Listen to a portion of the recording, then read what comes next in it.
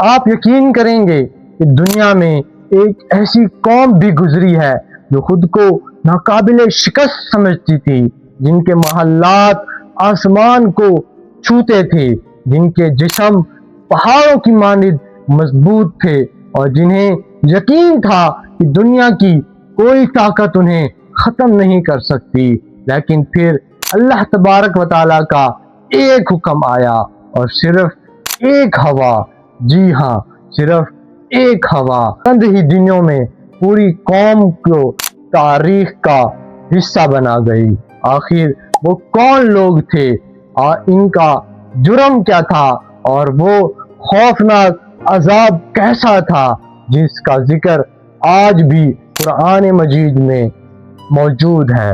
آئیے قوم عاد کی حیران کن داستان جانتے ہیں۔ حضرت نوح علیہ السلام کے بعد زمین پر دوبارہ آبادیاں بسنے لگی۔ انہی میں ایک قوم تھی جسے دنیا قوم عاد کے نام سے جانتی تھی۔ یہ لوگ جزیرہ عرب کے جنوبی حصے میں احقاف میں آباد تھے۔ اللہ تعالیٰ نے انہیں بے مثال طاقت عطا فرمائی تھی۔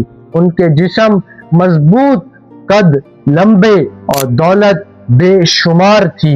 وہ بڑے بڑے محلات بناتے، اونچے ستون تعمیر کرتے اور اپنی طاقت پر فخر کرتے تھے۔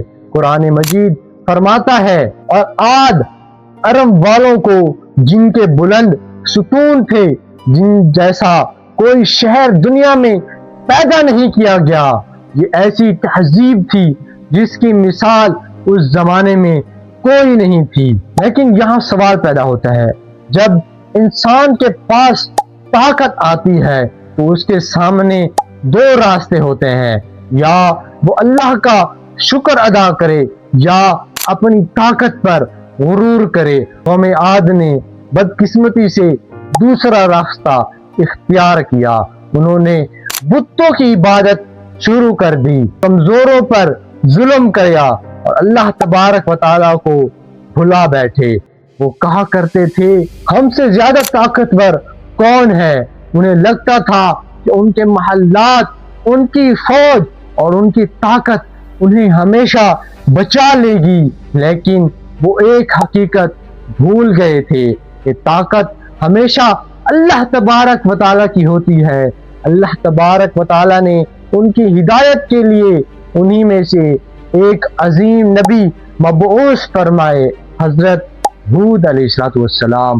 انہوں نے فرمایا، اے میری قوم، صرف اللہ کی عبادت کرو، اسی کی اطاعت میں کامیابی ہے۔ شرک چھوڑ دو، ظلم چھوڑ دو اور اپنے رب کی طرف لوٹ آؤ۔ حضرت ہود علیہ السلام نے سال ہر سال انہیں سمجھایا، لیکن قوم نے مذاق اڑایا۔ انہوں نے کہا، اگر تم سچے ہو تو وہ عذاب لے آؤ جس سے تم ہمیں ڈراتے ہو۔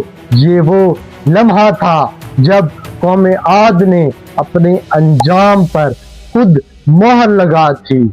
پھر ایک دن بارش رک گئی، زمین خشک ہونے لگی، کنویں سوکھ گئے، درخت مرجھانے لگے، قحط بڑھ گیا، لوگ پریشان تھے۔ افق پر ایک سیاہ بادل نمودار ہوا، پوری قوم خوشی سے چلانے لگی، بارش آ گئی، بارش آ گئی۔ افسوس، انہیں کیا معلوم تھا کہ یہ بادل رحمت نہیں بلکہ عذاب کا آغاز تھا۔